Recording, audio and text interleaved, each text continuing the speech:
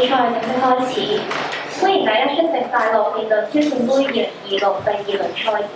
我係今日嘅主席，保良局8週年李兆忠紀念中學嘅辯論隊隊長謝曉婷。坐喺我隔離嘅係計時員，亦係我嘅隊友梁永橋。今日嘅辯題係雙辯題，甲方支持人類現時不應尋找外星人，乙方支持人類現時應尋找外星人。而家先介紹對賽隊伍。甲方自組隊辯論 Panda，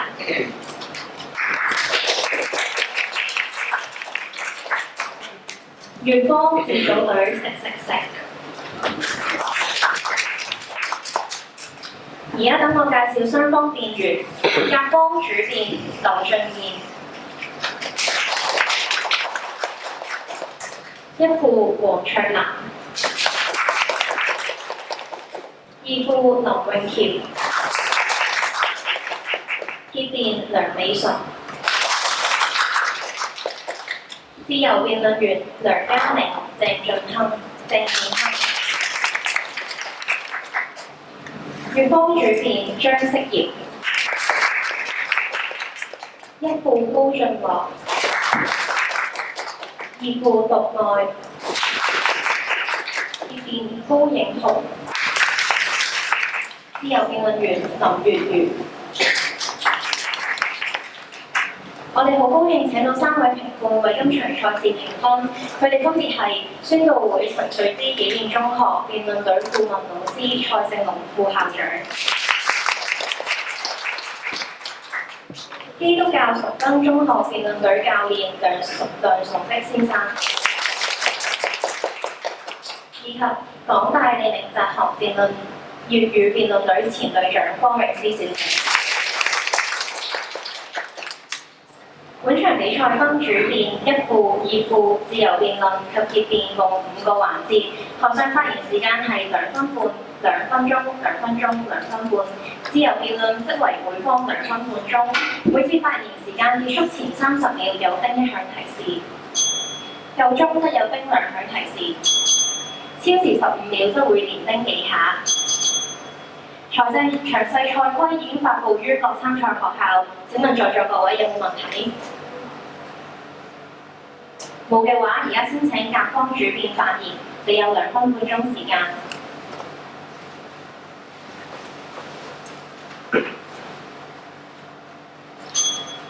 主席、評判、在座各位，大家好。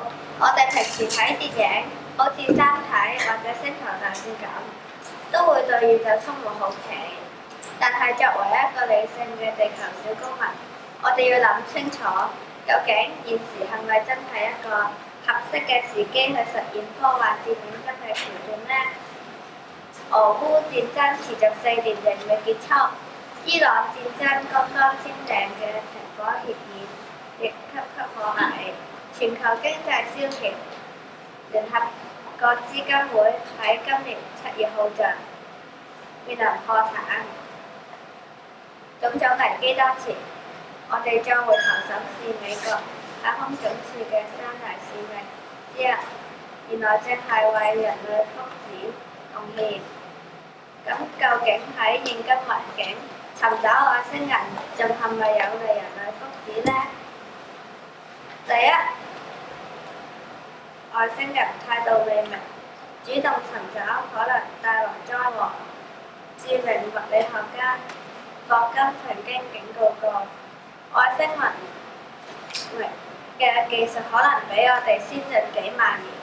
如果我哋主動發信號，就等於話俾全宇宙知我哋嘅屋企地址。萬一對方並不友好，甚至想嚟搶資源，我哋根本冇能力還手。有方同學喺戰火紛飛嘅當下，人類能唔能夠承擔抵禦外星戰爭嘅風險呢？第二，地球資源緊絀，資源投放要分緩急輕重。截至今年2月，聯合國被拖欠約24億美金嘅核常會費，同另外20億維和費用，令其面財政崩潰嘅危機。而根據獨立審查估算，尋找外星人嘅關鍵一步火星樣本取回計劃，目資已經高達110億美金。在座各位，當世界糧食計劃署、世界衛生組織，甚至全球最大經濟體美國都資金不足時，到底係救人緊急，定揾外星人緊要啲呢？多謝大家。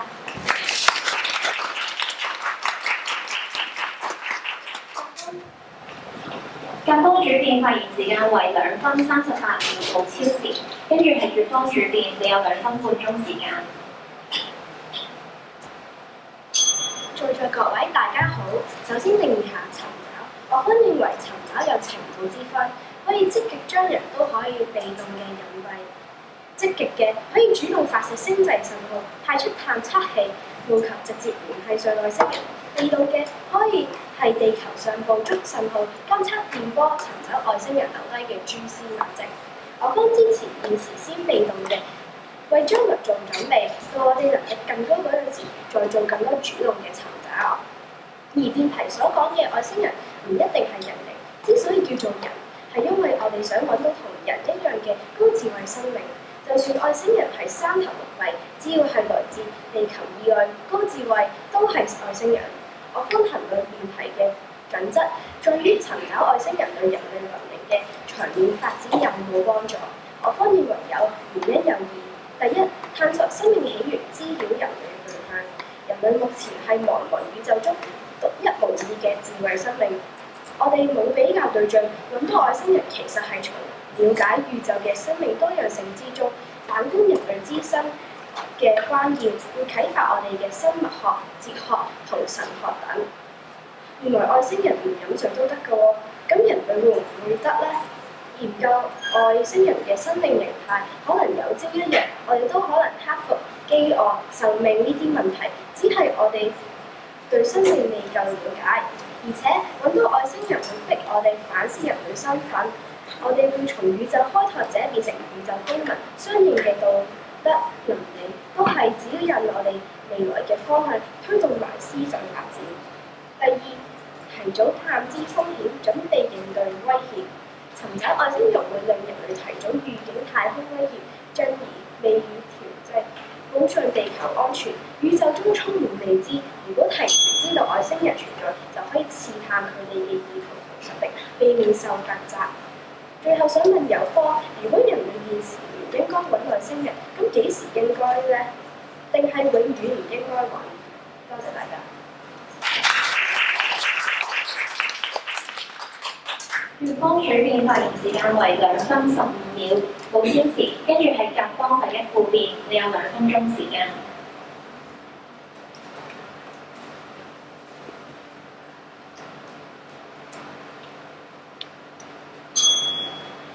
主席、評判、在座各位，大家好。我方助問有方係更緊急，定係揾外星人更緊急？有方冇回應，因為有方都明白，與其投入虛無縹緲嘅無水深淵，不如優先將資源換去解決喺我哋面前嘅燃眉之急。聯合國糧食及農業組織同世界糧食計劃舊年11月聯合發表報告，警告最少幾百萬人正面臨嚴重饑荒風險，資金嚴重不足，促使佢哋削減糧食分配，以及暫停校園供餐。但截至10月底，2間機構都只籌集到105億美元，差2%可以滿足到最脆弱群體嘅基本需要。國際經濟一日未舒緩，人類對重點有全面嘅探索太空力。有方話去揾外星人可以知道太空有啲咩危險，你錯啦，有方，你咁講係唔啱嘅，因為外星人我哋唔知道點樣善變佢嘅周圍，外星人都有可能壞嘅。有方話揾到外星人就可以交流科技，實在係太天真啦！試想像下，萬一外星人唔友善，可能會奪咗我哋地球資源，甚至殺害我哋人類。當受影響嘅人越多，政策就越保守同追求穩定，避免風險。正如某一個國家投資高風險嘅比特幣一樣，我哋都唔應該攞全人類性命安排咖啡。又想問有方，既然有方都相信人類會尋找得到外星人呢個微小嘅機會，又點解見唔到外星人並非有嘅可能性呢？萬一佢哋對人類發動侵略，有方又會有咩方法應對呢？課根據警告節主動接觸外星人會有風險。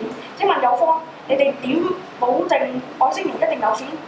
出事邊個角負責？多謝各位。甲方一副發言時間為1分52秒，冇超時。跟住係乙方第一副辯，你有2分鐘時間。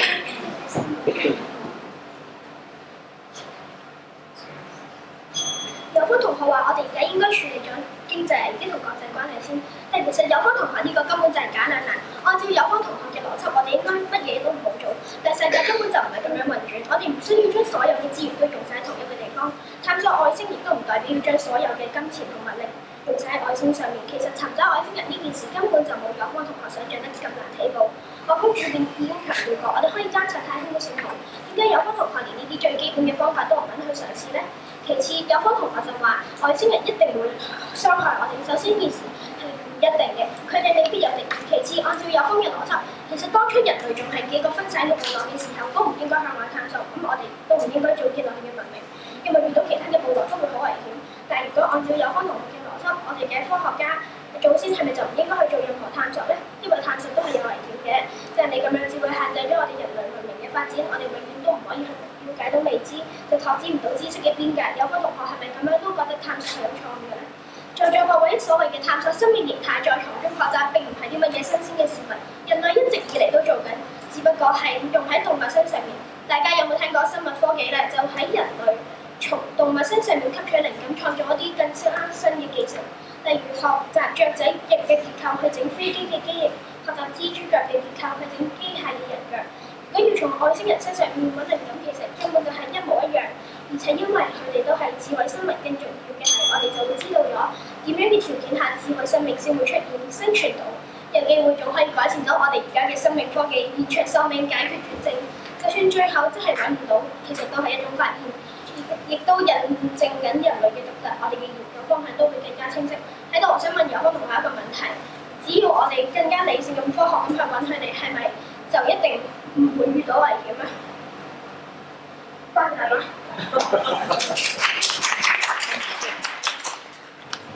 乙方一副發言時間為1分56秒，冇超時。跟住係甲方第二副辯，你有2分鐘時間。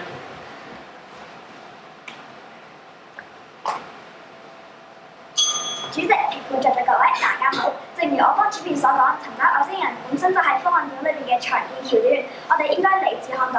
但今日有方同學好似穿越咗成為科幻角色咁樣，太唔現實。第一，有方可能會講話外星人唔一定友善，講就好聽，但大家諗下，霍金再生警告過，主動接觸外星人隨時會為人類帶來滅頂嘅之災。有方單靠着自己嘅幻想，就有可能話外星人唔一定友善啊，但係佢哋冇顧着全人類嘅風險。第二，有方可能都會覺得，只要尋找外星人先可以發展到太空科技，呢個講法太偏激啦。各行各業嘅人都有創科，點解只有外星人先可以刺激到科技嘅發展呢？第三，有方講主動尋找外星人可以幫助地球提早應對外星人嘅侵略，但係我覺得我唔理解有方同學，假如你有一晚自己一個放學，咁你會唔會主動行人嗰啲細巷仔去揾外星人呢？咁係咪提早可唔可以應對呢啲拐子佬啊？有方邏輯唔合理，明知有危險，點解唔係集中資源裝備自己同隱藏蹤跡呢？最後，我想問下有方，點解好多人類而家就嚟要餓死啦？點解一定要先揾咗外星人呢？太空總署都自己話要減少開支，暫緩任務。有方反而覺得我哋而家應該繼續尋找外星人呢？多謝各位。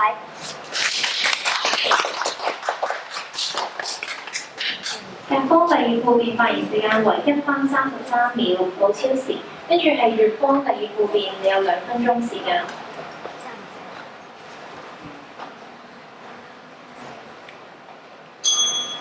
在座各位大家好，今日有方同學就好似一個驚打雷嘅小朋友，佢哋提出咗好多唔應該揾外星人嘅理由喎，例如而家嘅現時不適合，仲話外星人唔好。首先，你根本就唔確定外星人去到底係好定係唔好，而且揾外星人，你提前去揾可以減輕危機，所以信有方講嘅方法根本唔成立，而有方就因為呢啲諗法會微導致咗，因為驚外星人而唔去揾佢哋出嚟，就好似因為驚打雷，所以索性連雷暴警告都唔睇啦。但你唔睇佢，就代表佢哋唔存在咩？唔會，就正如你唔睇天氣預報，唔知道會行準備下雷閃電，唔等於佢唔存在。大家不妨諗下，我哋一直唔主動去了解宇宙，其實先至係最大嘅隱患。如果將來外星文明主動發現我哋，到時候我哋毫無準備，更加被動無助。我方好清楚，宇宙浩瀚，充滿未知，外星人的確可能係威脅巨大。就算我哋預先知道未必可以抗衡，但係睇天氣預報嘅目的就唔係為咗扭轉天氣，打風變唔打風，打雷變唔打雷，而係可以諗翻方法減輕危機，減少損失。有方連呢啲都驚咗，正就係本微導致，因為自己好驚，所以令你擔憂嘅事情變得更加可能出現。多謝大家。粵方二部發言時間為1分40秒，無超時。而家進入自由辯論環節，每邊最多可以替換2位辯員，請進行替換。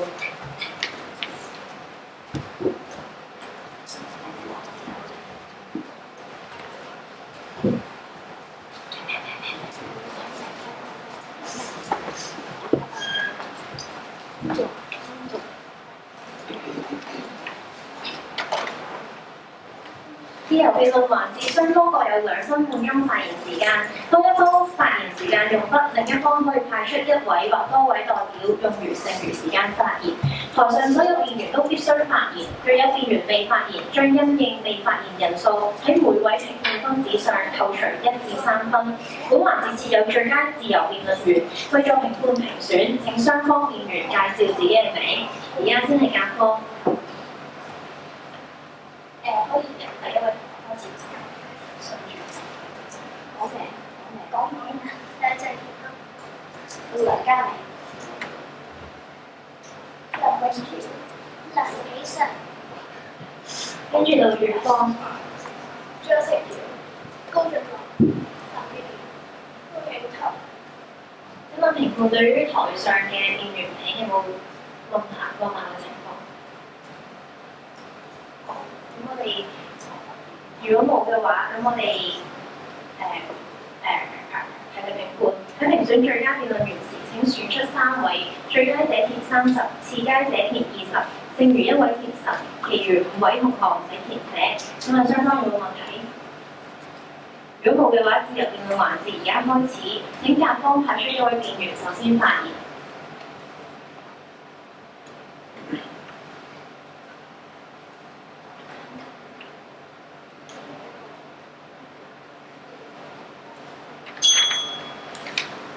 到底我哋係要救咗而家嘅人類先，定還是揾之後揾到嘅外星人呢？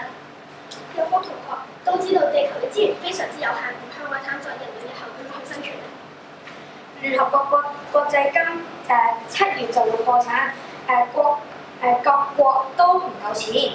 而家尋找外星人係咪真係咁需要呢？有方同學，而家地球嘅資源的確係有限嘅，但係我哋嘅資源其實好多，我哋可以花錢去，但係亦都唔係話我哋要花錢去救濟我哋地球上嘅，我哋可以兩件事都並行，唔一定需要淨係將所有精力都花喺一件事上。但係我哋兩件事並行，咁咪兩件事都做唔到咯。我哋而家連錢都冇。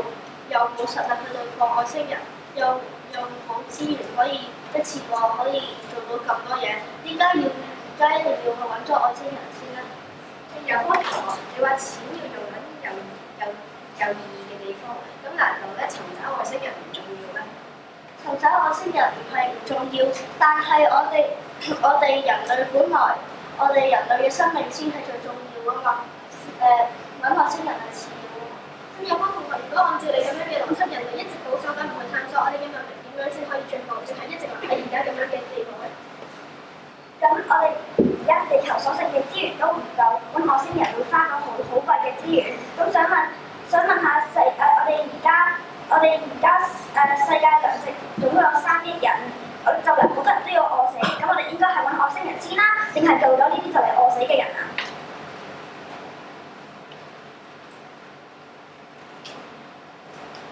各位同學啊，你哋可以試下諗下咧，如果咧古代嘅人咧唔敢出海探索，咁點解而家點樣又可以有世界交流啊？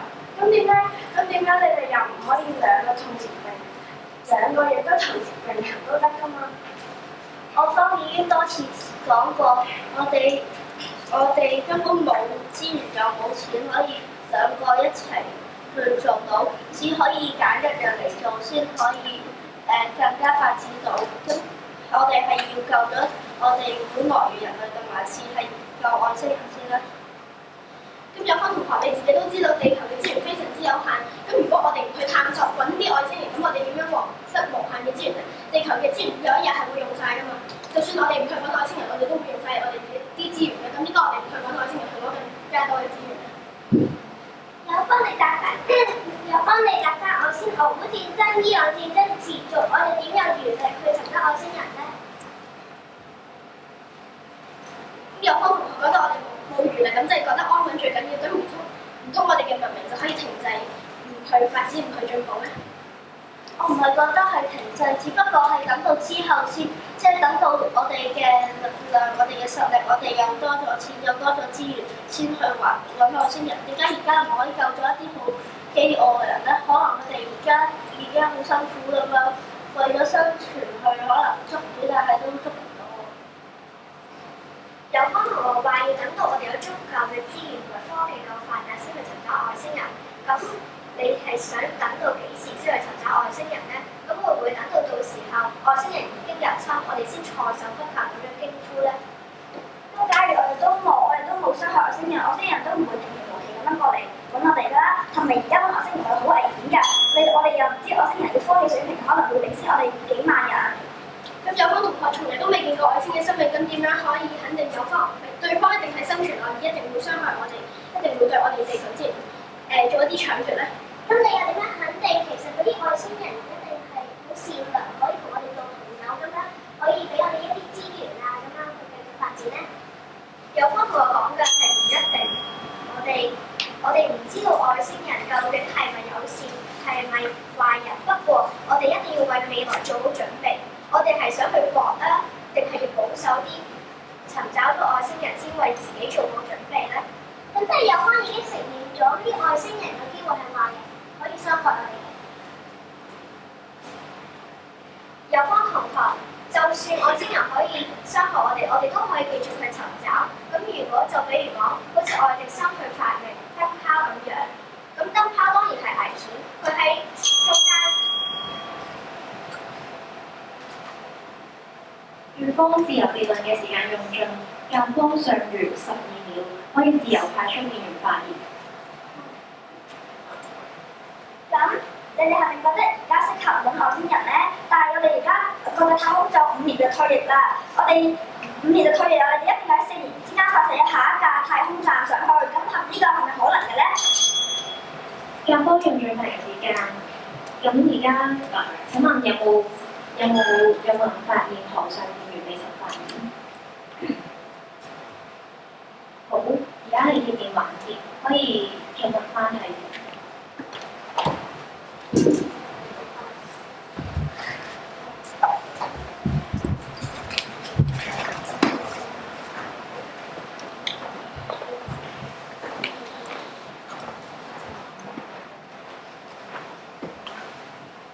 雙方結辯而家有1分鐘時間預備。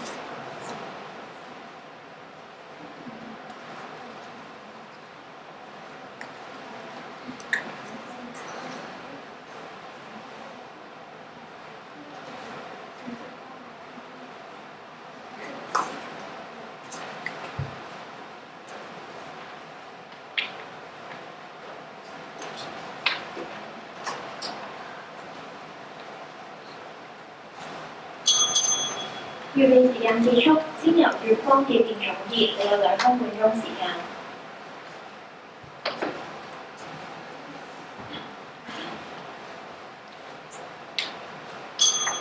在座各位大家好，按照有關嘅邏輯，如果危險，咁我哋偉大嘅科研成就係咪本來都唔使做？愛迪生發明電燈都燒傷無數次，但佢心中一直記得失敗乃成功之母嘅道理。之後成功發明電燈，如果我哋冇經過危險同失敗，就會一直停留喺歷史。咁又點樣？有關同學，咁我哋又點樣可以延續人類嘅文明呢？嚟到結辯同大家講個故事。近期有套電影叫《末日聖母號》，非常熱門。電影係講主角遇上外星人，嗰個外星人冇眼耳口鼻，成身都好似一嚿石，有幾個岩石腳，睇都睇唔到嘢，只可以好似蝙蝠咁樣用聲納器官定位。佢哋嘅語言係好似唱歌咁嘅，用唔同嘅音高節奏決定意思。呢套電影好符合我今日我方想講嘅嘢，揾外星人就好似會有呢種新發現，會有好多個哇，原來係咁嘅瞬間出現，幫助我哋嘅科技同思想進步。情形好似我哋喺街上面隨機行入一間麵包鋪，我其實唔知入邊有冇腸仔包、丹麥條、菠蘿包嗰啲包，甚至係一啲鋪頭嘅獨創麵包。但係既然佢係麵包鋪，入邊就一定會有麵包㗎啦。我哋揾到外星人唔一定好似末日聖母號嘅岩石星人，唔一定可以好似八爪魚咁，唔一定可以好似三眼仔。但係既然佢係一種智慧生命，我哋就總會知道好多新嘢有關生命嘅知識。今日有科其實就係驚害怕未知，覺得揾外星人會有好多危險。但我醒起老師成日講，試咗一定有用，但係唔試就一定冇用。如果全人類就好似對方同學一樣害怕未知，我哋而家又點可以會有咁多偉大嘅科研成就？最後，宇宙廣闊無邊。如果我哋只係滿足喺呢個地球呢個小籃子入邊，咁人類嘅視野就會永遠狹窄。尋找外星人係為咗俾子孫尋找更有廣闊嘅未來。多謝大家。乙方結辯發言時間為2分30秒，冇超時。最後由甲方結辯總結，你有2分半鐘時間。唔知大家有冇聽過哥倫布發現新大陸嘅故事呢？1492年，哥倫布帶住87個水手由歐洲穿越大西洋，去到美洲大陸周邊嘅小島，佢以為自己到咗印度，所以就將當地人稱為印第安人。根據保守估計，當時最少有5000萬原住民生活喺美洲，佢哋有800幾種唔同嘅語言，有自己嘅文明同埋城市。按有方嘅講法，今次兩個文明嘅首次交匯可以為雙方都帶嚟好處，係件大好事啊！但原來歐洲人帶去美洲大陸嘅科技嘅天花，就唔係和平嘅屠殺。200年後，美洲原住民人口已經削減至600萬人，會創造人類70億嘅總人口，就係最多剩翻8億地球人啊！但佢哋都唔係自由身，而係淪為歐洲人嘅奴隸，而今亦再都冇人聽過嗰800幾種嘅語言啦。主席評判在座各位大家好，請問在座各位甚至太空專家，有邊個可以確認我哋究竟係印第安人啊，定係哥倫布呢？因為有方嘅想法好簡單，有未知嘅空間就要探索，所以外星人可能有時唔理，人類已經唔夠資料，唔理，地球有更緊急嘅問題需要處理，通通都唔理。有方話尋找外星人可以幫人類進步，但係咁講就好似為咗拎獎而衝入火場，代價可能係整個種族嘅毀滅，呢種進步值得咩？況且人類近代最大嘅科技突破，連人工智能同埋無人技術都同太空無關，說明科技進步其實都無需依靠太空研究。有方今日將人類嘅生存希望委託喺對方嘅善良上面，呢個唔係辯論喎，呢個係豪賭。每一個媽媽會將小朋友交託俾未知善惡嘅陌生人，理性嘅自我保護比盲目嘅樂觀更加能夠保障全人類嘅福祉。當人類自己都內亂不休，財政崩潰，好似星空度啲臭氣層數污染程度破歷史紀錄，真係尋找外星人嘅好時機咩？與其每年耗資30億繼續營運國際太空站，點解唔趁呢個機會好好休養生息，安撫咗地球啲傷口先呢？尋找呢個動作就係趁手熄滅咗人類最後嘅保護城，俾我哋有能力智慧支持，保持神物先至係對萬物最負責任嘅行為。多謝各位。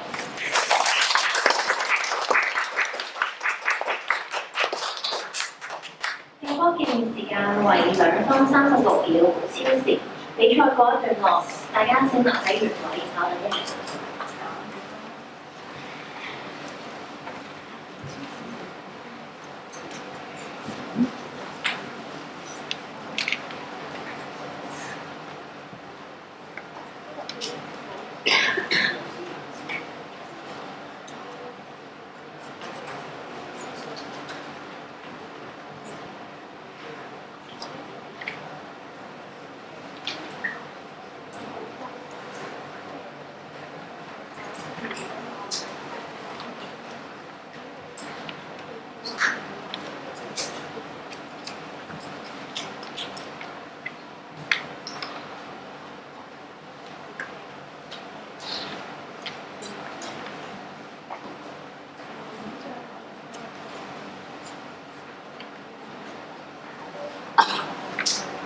比分期間，我哋先請評判發表簡短嘅評語。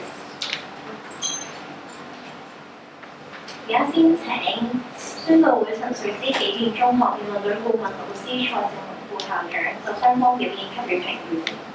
好，大家好。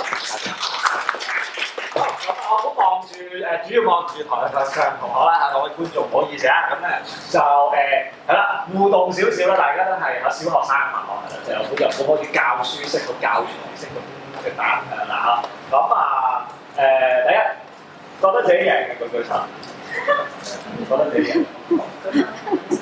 我係咁得啦，你好放心，大家都覺得自己贏，咁即係你唔好怪我俾你輸㗎啦。好，唔緊要，好，調翻轉覺得你輸嘅請舉手。哇！咁謙虛嘅大家係啦，而非面啊，即係2對2喎，大家都有兩個同埋有冇表態啊，係啦，咁即係如果我俾你一定要舉手，你一係要話自己贏，一係要話自己輸好嘛？再表多次題，你一係就要舉自覺得自己贏，一係就舉自己輸，好冇？咁再嚟一次，覺得自己贏嘅請舉手。我哋睇住有8個都要舉手啦，林應該係8字，覺得自己贏嘅。真係冇喎，係啦，即係個個都覺得自己啦。咁覺得你輸咧，真係好，即係各位家姐，你哋教咗一班好謙虛嘅小朋友，真係好犀利，係啊，俾啲掌聲大家係啦。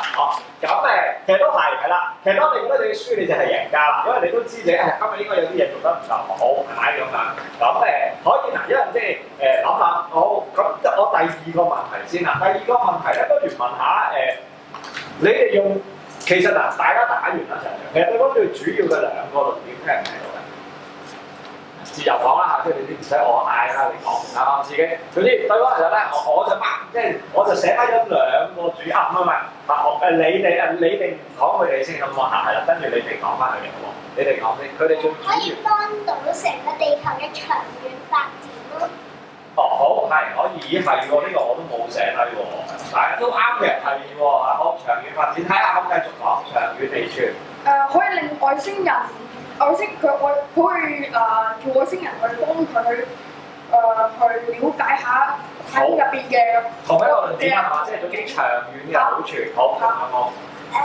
如果而家唔揾外星人，咁你幾時會揾外星人？之後都係好似佢哋話其實你冇危險，你探測件事都冇用，所以一定要係揾嗰件事出嚟咯。好，即係啦，呢個咧就係少少我哋嘅反駁嚟嘅，即係你哋係咁話唔應該，咁就永遠都唔應該，定係呢刻唔應該啦。我最後聽到一次。佢仲話古人咧都係因為探索外界先至咧，我哋先至例如有呢啲發明，例如飛機啦，或者機械人嘅腳啦。好嗱，幾好，真係嘅，大家小小學生係咪？咁你哋會聽到好多對方講過嘅嘢係嘛？嗰啲咧就係一啲事例嚟嘅係嘛？去證明佢哋一啲嘅諗法係嘛？咁嗱，我就講下我聽到佢哋最主要嘅兩個論點。好，調翻就好你哋啦。頭先我講過4個一齊舉手，咁好，總之你哋講下2個其實聽咗成日佢哋最主要嘅論點係咩？好，請你自由講。好，資源不足，我覺得係啦，即係我有 mark 啦，呢個就係資源不足。係危險嘅，係嘛？冇理由傻更更咗去揾啲危險嘅人。仲有冇？好似係佢哋由主辯去結辯都有提到，我哋應該處理咗聯合國資源嘅問題先。係啦，呢個真係啱啦，就你哋兩個配合咗啦，即係資源不足，即係窮嗰個問題啦，係咪？咁咧所以幾好係嘛？即係我記低到嘅嘢咧，就同反方記低甲方嘅咧就一樣啦，係咪？其實咧嗱，你知於是我哋就分析下啦喎，係嘛？其實所以咧甲方聽咗全場咧就係危險同埋地球人好窮，或者地球好窮啦。我聽到佢哋咧，總之就係要勇敢，係當然啱嘅。其實你哋話佢哋即係點解要咁勇敢咧？就係要去揾啲利處啦，應該揾到咧就有啲着數嘅，就係要勇敢。另外咧，就算危險都好，係一個預防嘅作用咯，係咪？好啦，當然嗱，你要聽得清楚，大約係打呢樣嘢，因為講緊嗱，今日大家都係一個2分鐘嘅辯論啫，係咪？咁所以咧，即係你未必會好多嘢，但係最緊要係好準確咁聽到對方講啊。於是咧，你就有啲策略啦，辯論跟住就係講策略咯喎。其實有啲咩打到，有啲咩打唔到咧？其實危險同勇敢咧，你問我咧就口同鼻拗嘅，係咪？即係等於我應該辭職唔好做副校長，我出去開補習社啊！直情我應該就嚟加入結運嗰間 Miss Wong 啦，黃老師嘅呢間係嘛？即係係嘛嘅公司，我幫佢一齊做教辯論係咪？嗱，你知其實冇價值觀問題啫，係嘛？定係調翻轉即係你明啦，就叫阿 Miss Wong 你唔好再搞呢個法律辯論啦，你走去揾間學校做副校長啦，不如你咁遠你做校長都得啦，係嘛？嗱，其實你明呢個純粹係價值觀，即係勇，即係人應該穩陣啲定勇敢啲係嘛？嗰個咧就係5波嚟嘅啫，係咪？真正咧就好啦，於是咧其實咧你問我哋下一個策略上係嘛？其實就係大家你有冇處理到下一個嗰個真係可能決勝到嘅係嘛？窮係啦。你哋主要就係講地球冇錢，你哋咧就係講緊即係一個預防啊嗰啲。但係其實咧，我就覺得係你哋講緊係咪漏咗一啲嘢？咁以至咧，你哋可能即係唔代表你哋一定輸㗎，係嘛？因為調翻轉就係話你哋係咁講窮，其實你哋應該點答？地球都冇錢，你哋而家一路預設嘅答案就係咩？即係我哋話我哋咧諗咗咧尋找外星人嘅錢啦，咁我哋就係設想嘅答案就係有方同學你哋話尋找會落嚟金錢，咁係咪全部方法去尋找都會用好多錢咧？其實係應該呢個答案，但係我頭先聽你哋就唔係咁樣答喎，你哋係聽你哋頭先個答案係假兩難嚟嘅，係嘛？你哋主要係答案應該係即係有方同學你話錢要用喺有意義嘅地方，咁難道尋找外星人重要？嗱，其實咧，我覺得你哋頭先主要嘅答案咧，就係講緊咧地球冇錢，不過係嘛，其實即係啲資源用得其所啊，係嘛，其實假兩難啊，即係你唔係話一定所有錢擺晒喺度啊，其實啲錢咧總可能可以分兩嚿擺喺唔同地方，你哋反而主要咁諗，但係你諗翻清楚喎，你哋一開始講，你哋其實使唔使好多錢㗎？係嘛？你哋其實我一開始聽你哋係唔使好多錢㗎嘛，因為你哋係邊種方法揾啊？係咯，係嘛？你哋係被動揾，所以我聽啊，其實你哋嗰個主線本身唔係應該有答案，唔係應該答到佢哋嘅咩？係嘛咁啊？咁但係咧反而就結果就變咗口同鼻拗，係嘛？變咗一嚿錢係可以分兩嚿用啊，定係一嚿錢一定要一嚿用啊？一嚿錢夠唔夠用啊？嘛？原來即係我會聽到咧，就係你哋真係被動咁揾啫，同埋咁現實上，如果根據對方嘅邏輯咧，其實你知就係嗰啲嘢真係可以駁到佢哋嘅，係嘛？我哋而家有冇去火星㗎？有係嘛？有發射嚇，中國都有個天問啊嘛，係嘛？去咗火星，跟住嗰啲美國嗰啲係咪實有啲太空船嗰啲？有冇去月亮背脊㗎？我哋派啲船去月亮嘅背脊㗎？有嘅喎，係嘛？即係去個月球嘅背面啊嘛。咁根據對方嘅邏輯，咁呢啲全部都地球咁多窮人，去咩月亮嘅背脊啫？係嘛？地球咁多窮人，去咩去火星嘅係嘛？即係嗱，咁於是你哋嘅方案其實我唔知係咪，其實你一路去探索火星嘅時候。順便揾埋外星人，我唔知係嘛？可以係一啲答案。好啊，咁所以咧即係啊，你就試下係喎。第一，分明你哋有啲答案可以答到對方，但係你哋答嘅時候好似答咗其他嘢。第二，有啲現實嘅嘢又可以靠出嚟，係嘛咁樣。咁但係咧，即係呢個同未必直接關勝負嘅，因為勝負你知嗰張分子好多部分。我會覺得呢個就係你哋一齊。第一，嗱問翻自己，完咗今日比賽，你哋係聽咗啲乜嘢？聽得準唔準確先？聽得準確之後，究竟乜嘢係一口同被拗？俾你拗多1個鐘，其實都贏唔到嘅。有咩係咧？其實我策略上其實大家知2加埋辯論，即係你哋成隊講咗10分鐘嘢啫嘛。有邊啲嘢喺呢10分鐘裏邊，我狠狠地攻擊對方，對方應該答唔到嘅，係嘛？即係你揾到嘅話，其實咧贏點就高㗎。即係希望你哋透過今場學咗呢樣嘢啦。好冇？咁啊，講到呢度。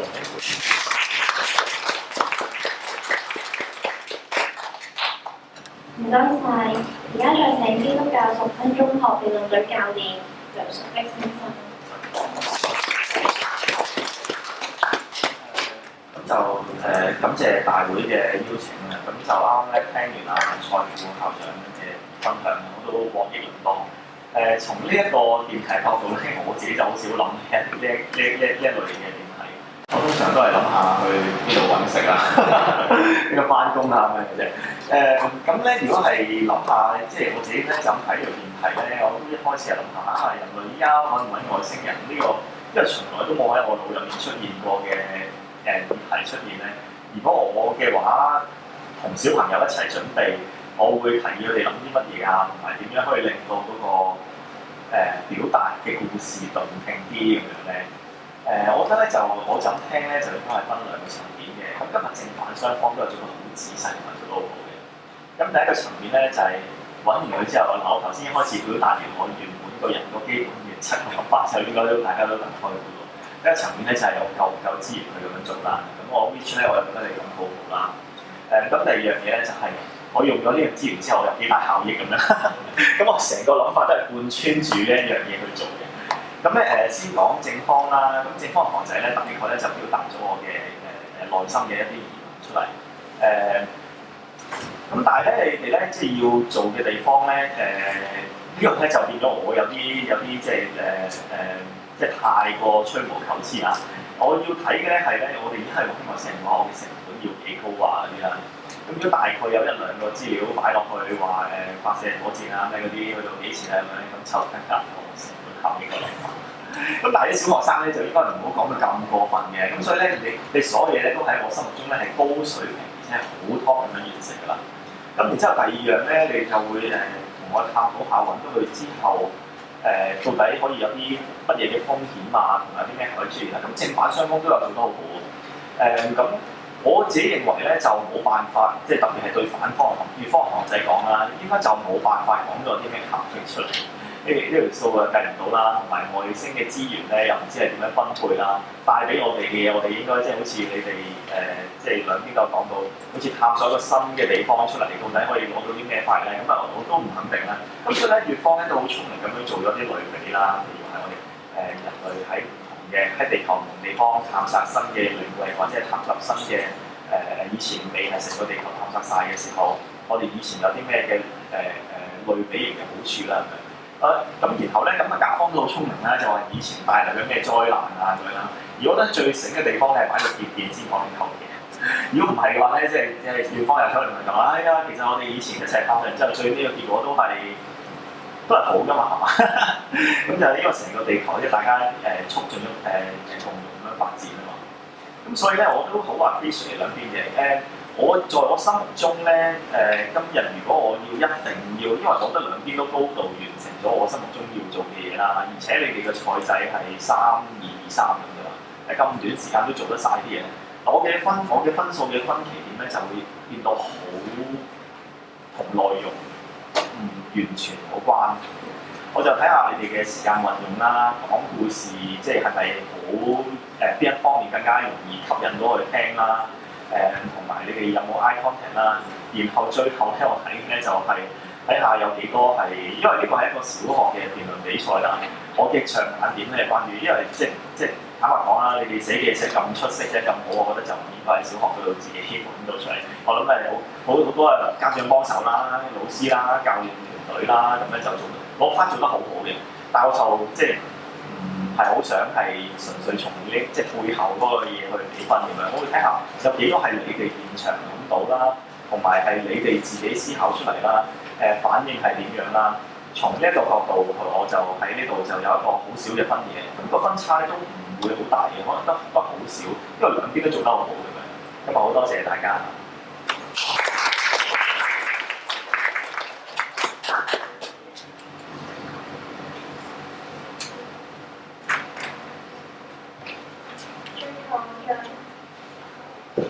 最後再有請港大理人學業粵語辯論隊前隊長方詠詩小姐。首先好多謝兩隊同學、台上台下同學，同埋包括家長同埋背後嘅教練，佢哋咁努力喺過去幾個禮拜去幫大家準備呢條辯題啦。咁我相信呢條辯題對於小朋友嚟講咧係一個比較吸引嘅題目嚟嘅。咁所以咧，某程度上我都係上一場嘅評判嚟嘅。咁我覺得咧，今日喺台上面嘅咁多位同學仔，你哋都已經盡咗好大努力啦。而且咧，我係見到有明顯嘅進步嘅，比起上一次。咁所以今場大家雙方唔好講輸贏都好啦，我覺得大家咧都已經做咗一個好好嘅功課，交咗一場好好嘅比賽俾我哋睇啦。咁但係當然啦，比賽都會有輸贏嘅。咁但係咧，我哋唔一樣其實個比分咧唔會話真係爭好多，因為我覺得大家都旗鼓相當啊，雙方咧都帶出一個好精彩嘅自由辯論啦，同埋喺稿件嘅完整性上面咧，我都覺得做得非常之出色嘅。咁所以咧，就算唔係話攞到最佳辯論員也好，或者就算唔好彩地你哋今次輸咗，都唔代表你哋係完全白費晒啲心機，白費晒啲努力。相反咧，我比較係希望咁多位同學仔咧，可以喺每一次比賽咧都可以獲得一啲嘢。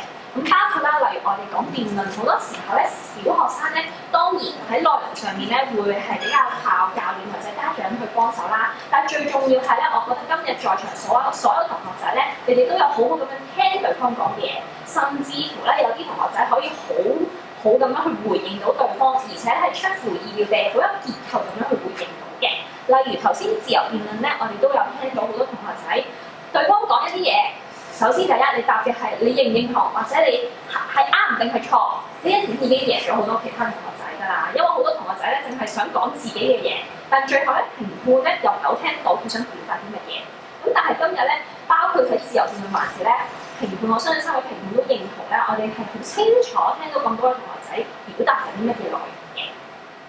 咁其次啦，我都好喜出望外，見到同學仔係真係可以好好咁運用到啲詞語，例如一啲比較高深或者專業少少嘅詞語，例如假兩難啦，咁而且係用得恰當地咁樣用到嘅。咁假兩難其實真係講緊將所有嘢擺成對立面，一係 A， 一係就 B 嘅啫。咁但係當然啦，對方同學回應甲方嘅時候咧，就話其實去使其他資源去幫助糧食危機，其實同去揾外星人唔係假兩難，唔係一定衝突喎。我覺得呢個咧係會令我聽容易啦。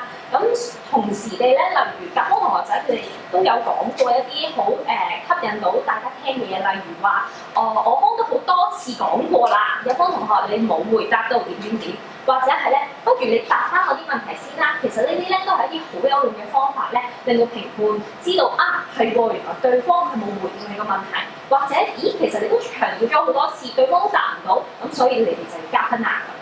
咁所以咧，今場咧，我覺得雙方同學仔嘅完整度上面咧都做得非常之好啦。咁我都相信背後嘅教練團隊都應該用咗好多功夫，令咁多位同學仔好好咁樣表達到你哋想表達嘅內容啦。咁如果我想有啲建議嘅話咧，我係例如喺自由辯論，大家點樣可以表達得好少少咧？例如其中一個你哋好關鍵會係咁討論嘅，就係話你又唔知外星人係好定係壞，萬一佢嚟攻擊地球咧，咁另外一方就話，咁萬一佢唔會攻擊地球，咁你又知，咁你又點知咧？咁樣，咁去到呢啲大家都口同鼻硬嘅環節咧，如果你係一個再出色少少嘅辯論員咧，你就可以企出嚟話俾咁多位知，其實喺呢個內容上面，大家雙方都唔會知道，我哋唔會有個水晶球擺喺手上面知道外星人係咪一定會係壞人，或者一定都係好人。咁所以喺呢個戰場，我哋唔再討論啦，我哋不如去睇下例如好似宇峰咁講，咁萬一外星人佢真係攻擊地球，嗰、個後果你可唔可以想象到啊？有方同學或者係甲方如果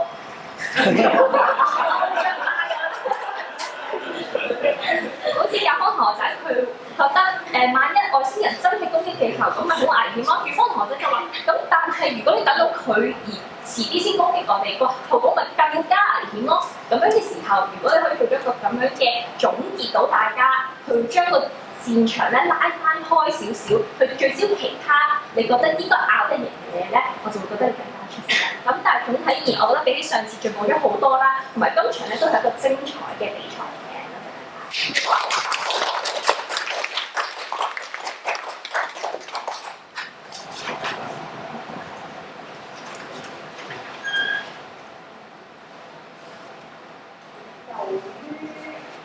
由於今場賽事實在太緊湊，我哋出現咗有一張分字同分嘅情況，同埋咧再出現咗一個best 字同分嘅情況，所以咧我哋要再諗翻賽會點樣處理，跟住咧我哋要再交秘密商議啊！大家猜咯，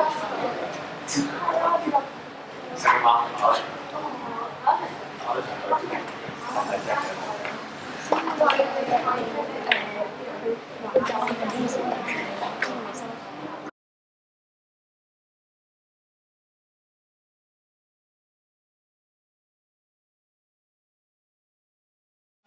好，而家由我嚟宣佈賽果。首先，今日甲方嘅最佳辯論員係葉電梁美常同學。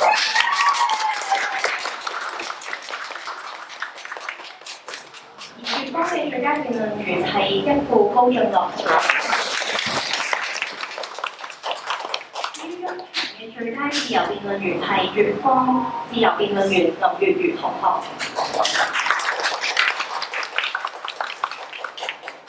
恭喜晒！最後宣佈今日賽果，甲方得票為1，乙方得票都係1，所以今場會以分差嚟去決定勝負。今場嘅根據分差勝出嘅會係甲方自組隊辯論 panel。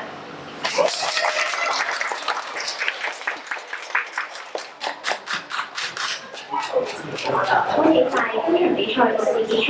第3輪賽事再同大家，多謝大家。